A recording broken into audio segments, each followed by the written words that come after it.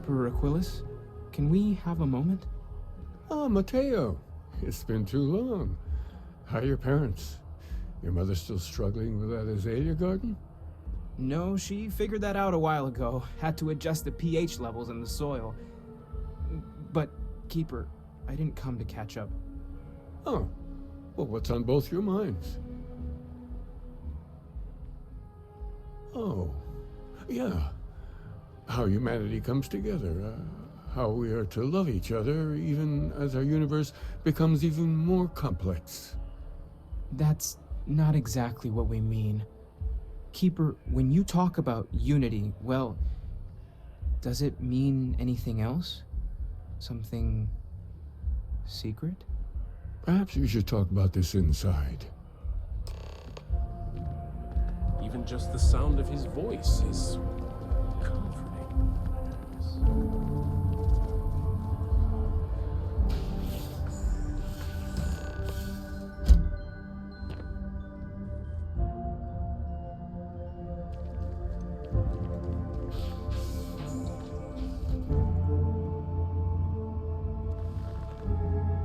Now that we have a little privacy, why don't you tell me exactly what it is that brought you two here?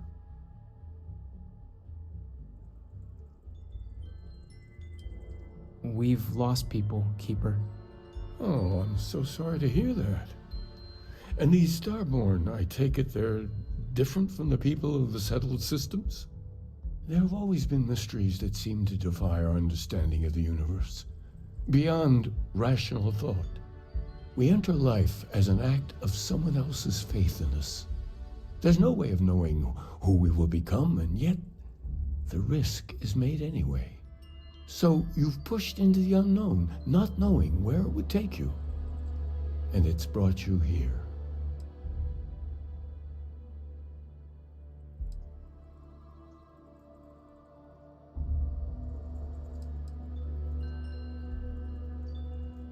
I think I can. If you're willing to find your way in the dark for a bit longer, I can give you a path of discovering its meaning. There's an old story, far older than the Sanctum Universum, of someone who walked the settled systems and saw every corner of it. This pilgrim claimed he found the true meaning of unity.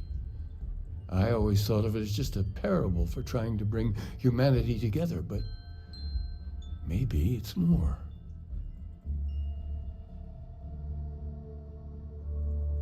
In my story, the pilgrim met the founders of the House of Enlightenment and the enigmatic cult of the Varun, and he gave them each a part of the truth.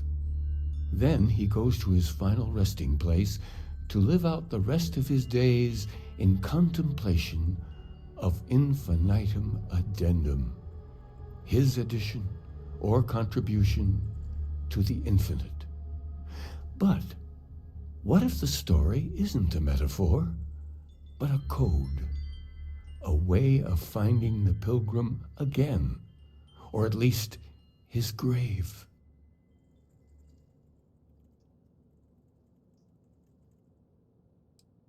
I agree. I think you need to talk to them about this unity pilgrim. And clearly, not just in a theological sense, as I have.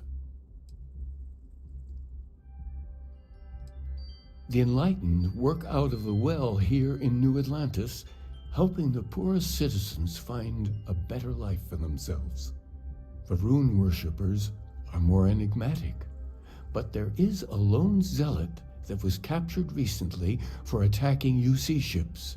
I visited her a couple of times. Hopefully, she'll be willing to talk to you as well. I'll stay here with the Keeper. We need to catch up. And I wouldn't mind asking him a few more questions.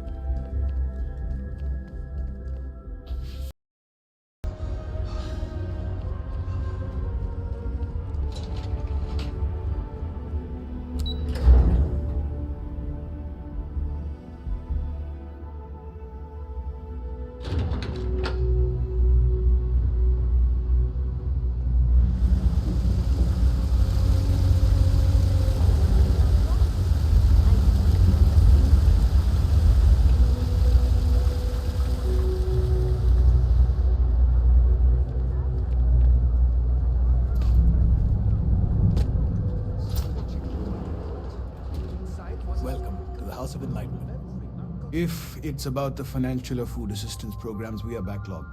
Don't worry, we're doing everything we can. Oh, we're not. Sorry. Can I help you?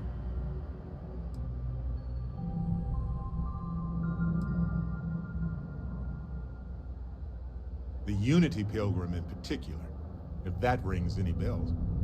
Listen, I've talked about this with him a ton of times, and there's no record of a Unity Pilgrim, but since you both insist, our early records are mostly administrative. Humanitarian projects, group counseling notes, charity expenditures. But there is a series of exchanges the founding members recorded in a lot of detail. It's the closest thing I have to what Aquilus is describing.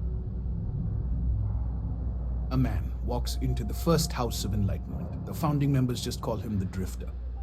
So they think he's a charity case at first, but no, the Drifter asks them a bunch of questions. If your philosophy is built on an individual's own morality, what about the second person? That second person might disagree. Isn't the problem of two what you're really looking for? And the founders respond, each individual must understand how the second person lifts them up. All of human effort is a story of cooperation pushing us forward. And it kind of goes on like that. He comes back every week for a year. Same conversation every time. Second person this, the problem of do that.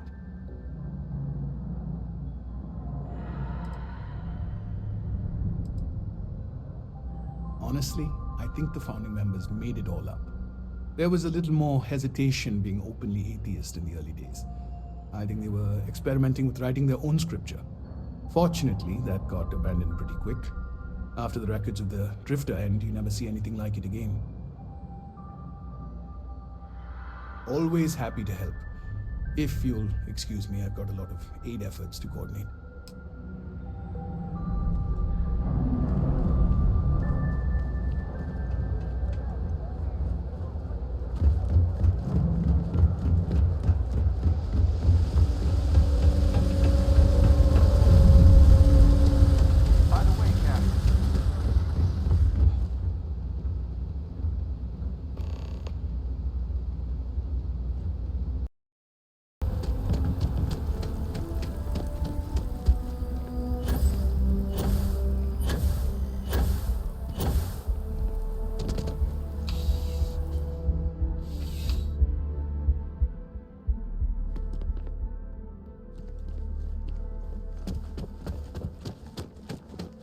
Hey there.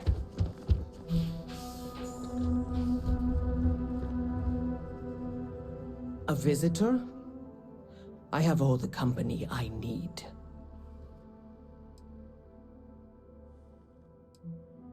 He knows not the truth.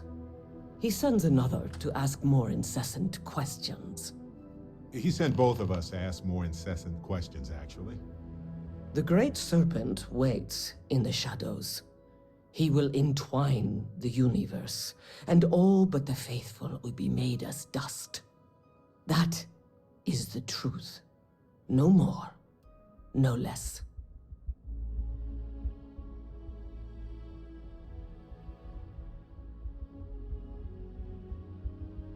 You don't need to tell us. We just figured it would be better to ask you directly than to take a second-hand account of your words. Yes, I have spoken to your keeper about this. I will tell you what I told him, and then you will leave me. Jinan Varun meets the unbeliever. He gives false prophecy to Jinan. But such is Jinan's conviction in the Great Serpent, he does not hesitate. He cuts the unbeliever down. But the unbeliever returns. Jinan realizes the Great Serpent is testing him, and he will not be found wanting. 4 times they fight.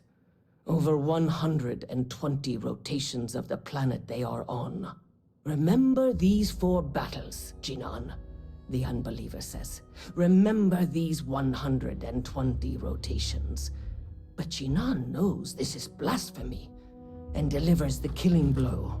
That is all.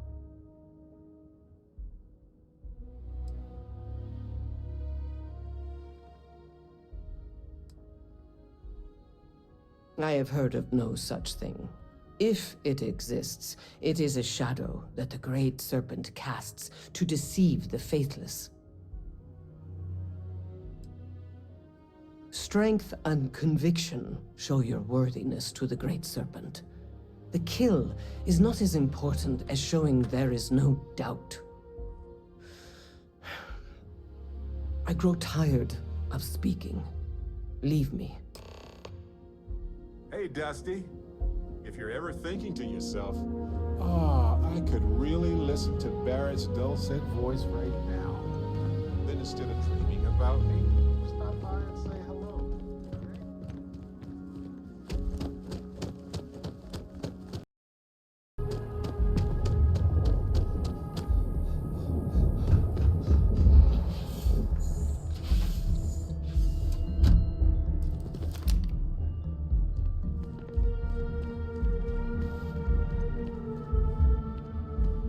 You're back. What did you learn? Was there something hidden in their stories, like we thought?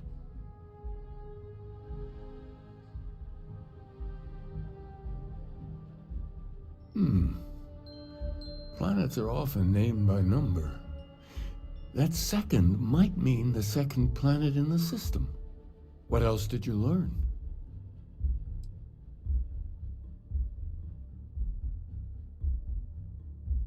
If there really is a location the Pilgrim wanted us to find, those do sound awfully like coordinates. Was there anything else? Yes. What he added to infinity. Maybe that points to a name. If we're looking for his resting place, we'd need to know the name of the star system, wouldn't we? Let's see. We have something that could be coordinates. Something that could point to a planet in the system. But what's the name of the system? Infinitum addendum. What if we break down the parts? No systems named finite or add. That just leaves in and dumb. Well, that's certainly how I feel.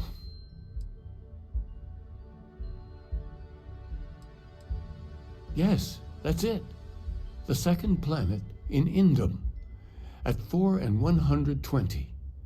That's where you'll find the Pilgrim's resting place. And from there, maybe you'll find the true meaning of unity. Before you go, you've now spoken to many different perspectives in our universe. In a way, you'll be carrying their philosophies with you on this journey. I know you're looking for a specific unity, but if you had to guess what it was, what interpretation would you give it?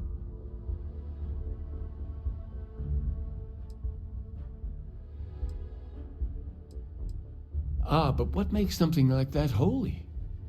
Gravity is also a force that brings things together. Should that be sanctified?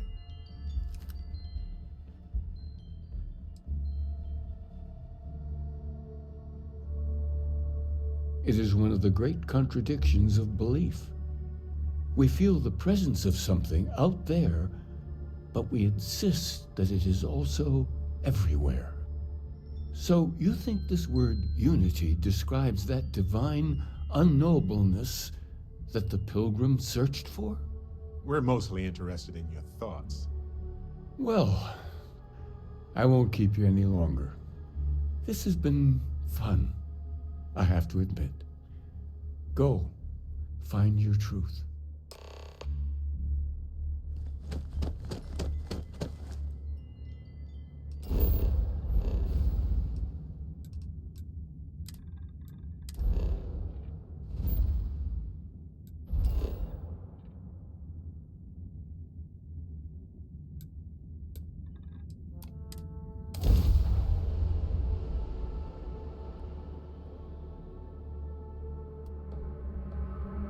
The fragility and tenacity, this abandoned homestead is actually rather charming.